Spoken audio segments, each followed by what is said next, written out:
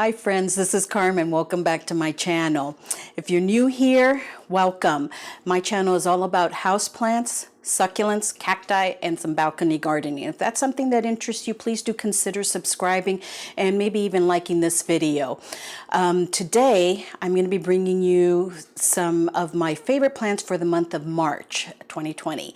And no hauls for this month because, was not able to get out there and buy some plants this month, but I do have some wonderful plants to share with you today that have really brought me joy this month, and particularly during a time that things are so uncertain. These plants really brought me joy, so stay tuned and I'll share with you what they are.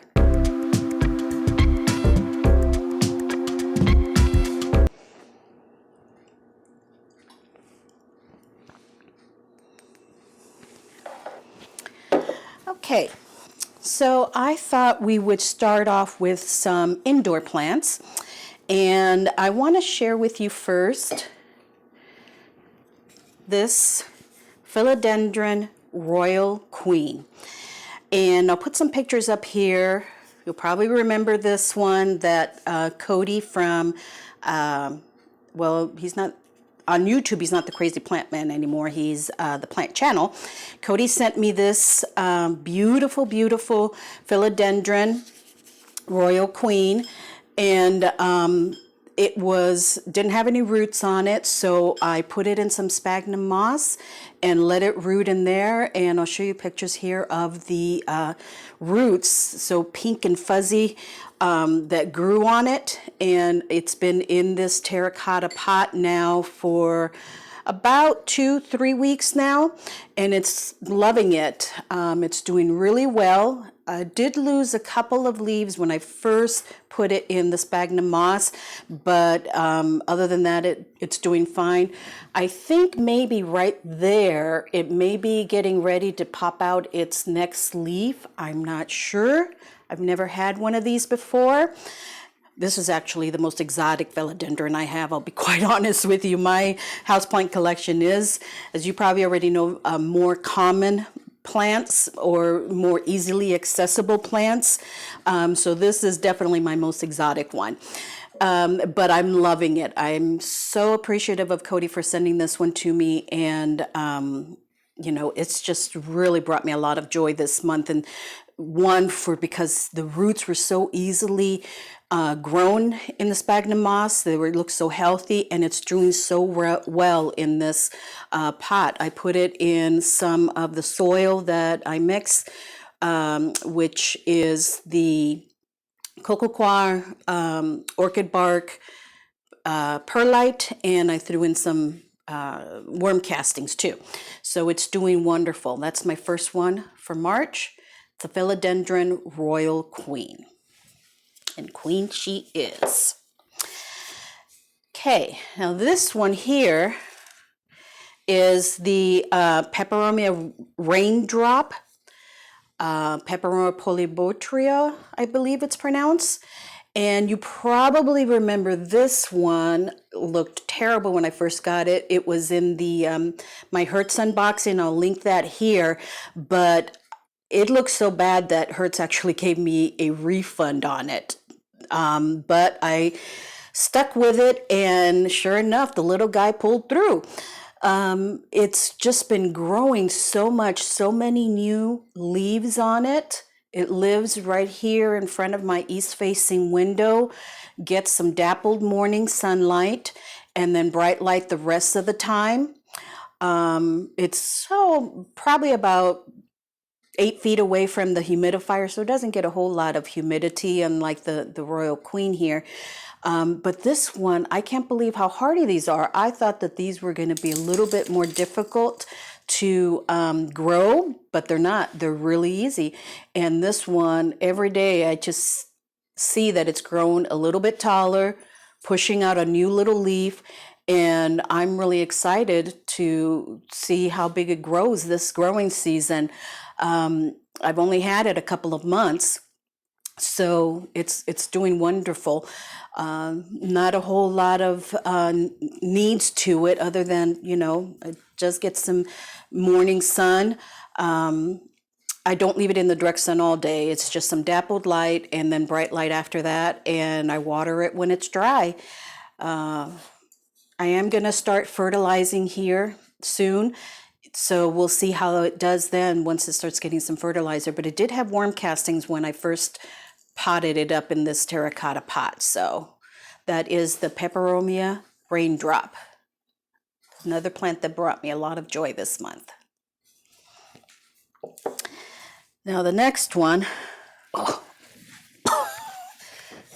this one here, can you see me still? Get it in frame even. This is my original, oh my gosh, golden pothos. And I'll show you a picture of where it normally sits behind me here. This is one of the very first plants that I got when I moved out of my home. I used to do a lot more outdoor gardening and succulents on my patio and stuff. I probably should have wiped these down. I didn't do a whole lot of indoor house plants because at the time I was so busy with my artwork and everything. But now that I'm don't do as much of the artwork, I do the house plants. This was the very first plant that I purchased at Lowe's, I believe it was. It's still in the same ceramic pot that it came in. So I have not repotted this plant since I got it 3 years ago, which I'm thinking that I don't see any roots coming out the bottom or anything like that, but it could probably do with some fresh soil. So I'll probably do a separate video on that as far as repotting this with fresh soil and doing a propagation on it, because I have had some requests for propagation on my pothos because I do propagate it so much. Over Christmas time, I gave some to my mom.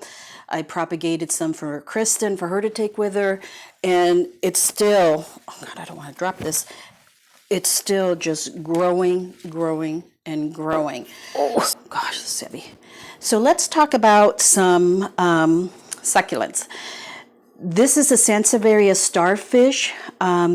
You probably have seen my separation video of the original plant of this, and I'll link it above here so you can check that out. But this was actually a much bigger plant, and I separated to give part of it to my mom. And in the last year, it has given out these two new sections there, these two new starfish there, and even giving out another spike in the center there. It is such a hardy plant. It sits out in my balcony, gets some morning sun, some morning direct sun in the fall, winter, and the springtime. In the summertime, I will bring it inside because even the morning sun here in Phoenix is just too harsh for my Sansevierias and some of my Euphorbia.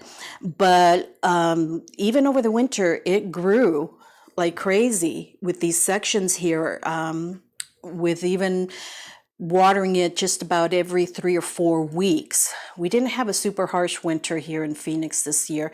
I only had to cover up my plants one time, I think, because of frost. But so it was a mild winter. It grew a lot. Even 3 or 4 weeks of watering in the wintertime. In the summertime, about every 10, 12 days or so. Such a hardy plant. It does well in this fast draining soil. Has to have fast draining soil as far as succulent soil and perlite. I'll probably add some worm castings to it here soon.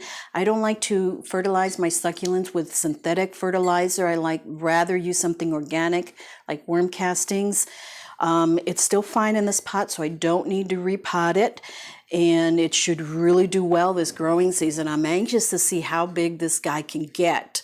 I don't plan on separating it again. I'm going to let it grow as big as it wants to and see how many pups it can send out. So this is Sansevieria starfish.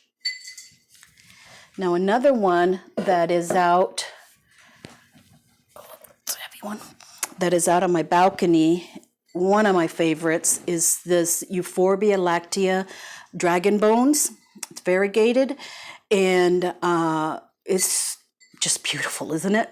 I just love this plant. It's one of my favorite plants. And it used to be 2 of them, but early on I did lose 1 plant, but this other one here just continued on growing. It's here with this little fairy friend, and it's given off even in the winter time. Let's see if I can put this on my lap here.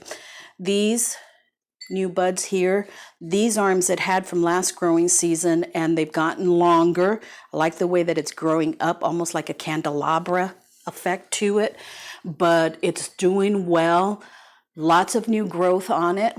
I like the SANSEVIERIA. I'll bring this one in for the summertime. It's out on the balcony, gets early morning sun, but I do not want this one to burn. So I'll probably bring it either all the way into the balcony where it gets no direct sun at all, or bring it inside and put it in front of the window where it'll get just maybe just a little bit of dappled light. But I just love this one. Very easy to take care of. I am more careful watering this one than I am the Sansevierias, because the other plant that was in here I did lose to root rot. So I'm super careful on this one. I don't want to lose it. Not that these are hard to find, but this one just means a lot to me. There's a lot of sentimental value in it. And as far as it was one of my first Euphorbias that I got. And it's just been, you know, through a lot. It lost its little friend on its own. So, you know, this one means a lot to me. It's hard for me to say, okay, it's every 10 days and that's how much I water it. It all depends on what kind of pot it's in. It depends on the weather that week or that month. You know, if it's getting direct sun, what kind of soil it's in. It all depends. So, you know, take my watering schedule, you know, with a grain of salt. You need to look at what your particular situation is, your home environment, your outdoor environment. And what I always say is use a moisture meter. That will tell you if you need to water or not. Okay. So this one here is a plant that's definitely brought me joy, and that's the Euphorbia, LACTEA, dragon bones. Okay. Now there's always one in the bunch that is giving me issues, that's giving me problems. So let me get that one and I will show you which is the problem child. Okay. Here she is. My Calathea medallion. And I'll show you pictures of her when she was in her prime, in her beauty, just a couple of months ago. And you know, I felt like I could really take care of Calatheas because I had a humidifier. I had a pitcher that was giving me filtered water. I felt confident. And my Calathea ornata that Cody sent me back there is doing great. It's giving me a new leaf recently. But this Calathea medallion, you can see where I cut some of the crispiness off. Look at this guy. It's just, but this one hasn't opened. It's not crispy on the end. I did bring it down to a smaller pot. It was in a 6-inch pot when it started its downward spiral. And so I did at that point take off the other ones that had died around it and put it in this 4-inch pot. I have it right next to the humidifier, only gets filtered water. And these little leaves are the last ones holding out. This is the last new leaf that it's had. It used to be standing up straight. I don't know what's happening to it. So I don't know if it's just Calathea medallions, friends, that are the problem children in the Calathea family, or if it's, me or what it is. But let me know down in the comments below. Are you having problems like this with your Calathea medallions? Because I'm not really sure what to do for it next, as far as just pray for it or something. So that's really, I don't know what else to do with it, friends. Let me know down in the comments below if you have any advice for me on this one, okay? So there you have it, friends. Those are the plants that are bringing me joy this month. In a time of uncertainty, plants always come through for us, don't they? And bring us joy and something to do in the quarantine, but something to take care of and something to see prosper, something to bring back from life too. So that's a wonderful feeling that plants give to us, and I am so appreciative of them for that. Really, I am. Even you, Calathea medallion. So if you enjoyed this video, friends, please do give it a thumbs up. That helps me out so much, and I appreciate that from you. And if you've stayed to the end of the video, I appreciate that very much too. Consider subscribing too. We have a wonderful plant community here, and I would love for you to be a part of it also. And stay tuned for more videos, especially that golden pothos propagation video and repotting video. That'll be coming out soon. And let me know down in the comments below what plants this month brought you joy, that you really just were loving this month of March. Okay, thanks so much, friends. I appreciate you so very much. Have a blessed